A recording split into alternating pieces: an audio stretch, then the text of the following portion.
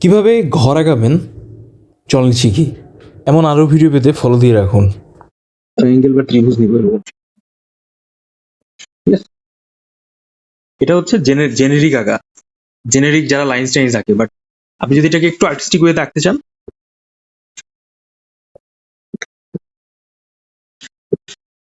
এ হচ্ছে আমাদের ট্রায়াঙ্গেল, এটা হচ্ছে বক্স। ঠিক আছে, এবার আমরা এটাকে একটু মুভমেন্ট করবো পার্সপেক্টিভে। খেয়াল করেন, পার্সপেক্টিভে আমাদের যে কোনো একটা কর্নারকে ধরতে হবে। আমরা 2 পয়েন্ট পার্সপেক্টিভ দিয়ে উপস্থাপন করতে চাই এইভাবে। খেয়াল করেন ভালোভাবে, 2 পয়েন্ট পার্সপেক্টিভে কি থাকে বলেন তো? এই যে দুটো বিন্দু থাকে, আমরা মূলত যাই আঁকতে চাই এখান থেকে শুরু হবে আর এখানে গিয়ে মিলবে, যদি সহজে আমরা বলি। ঠিক আছে, সো এখন আমরা যদি একটা ঘর চিন্তা করি, এখানে খেয়াল করেন ভালোভাবে, ঘরে সবার আগে কি থাকে সামনে? এখানে আমরা একটা দাগ দিলাম, আর একটু দূরে গিয়ে একটা দাগ দিলাম। ঘরে কি থাকে বলেন তো? ঘরে এখানে একটা জানলার মতো এরিয়া থাকবে, তাই না?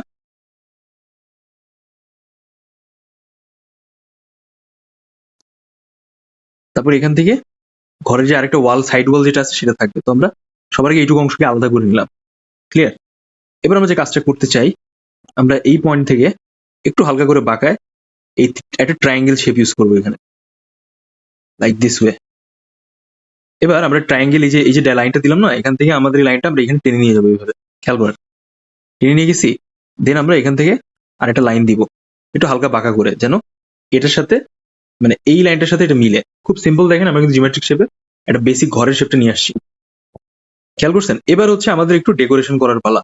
তার আগে আমরা সেম ওয়ে কি করব, এখান থেকে একটু এভাবে লাইনগুলোকে দিব।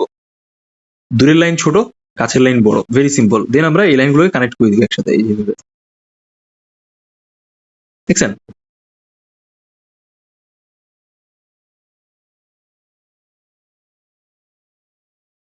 এগুলো আমাদের ঘর। এবার আমরা এই ঘরটাকে একটু ডেকোরেশন করব, যেন উপরে টালি মনে হয় বা টিনের চাল টাইপ মনে হয়। খেয়াল করেন,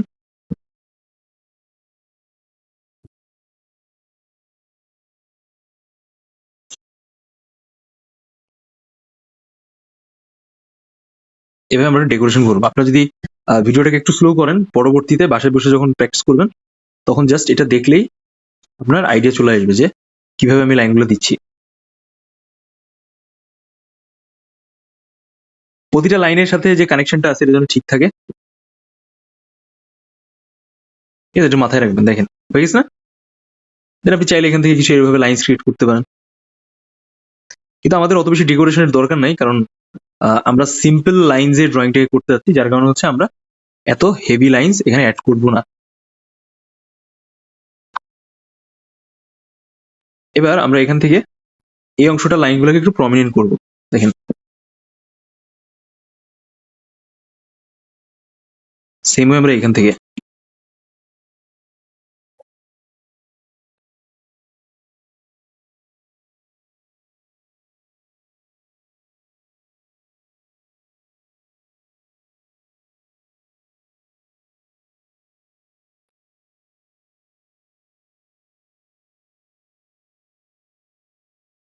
লাইনগুলো এইভাবে দেওয়ার কারণটা কি বলুন তো?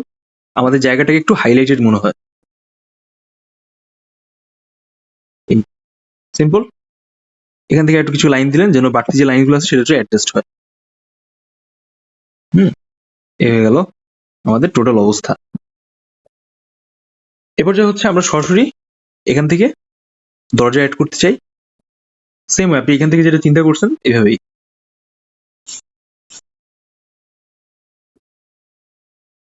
সরি, এটা এভাবে যাবে।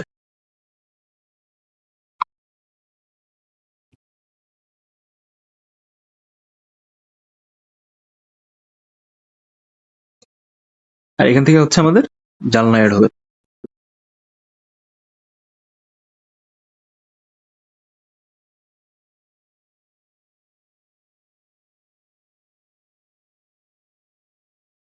দুইটা জানলা দিয়ে দেন। আপনি চাইলে এর ভিতরে একটু ডেকোরেশন করতে পারেন।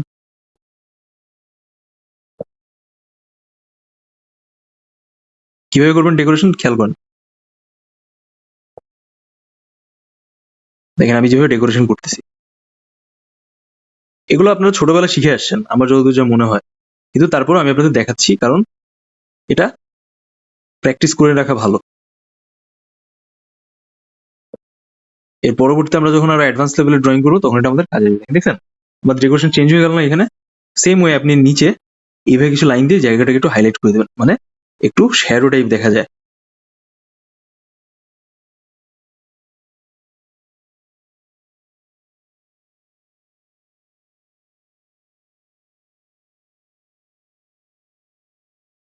দেখছেন মনে হচ্ছে না আগে থেকে কেমন একটু অন্যরকম?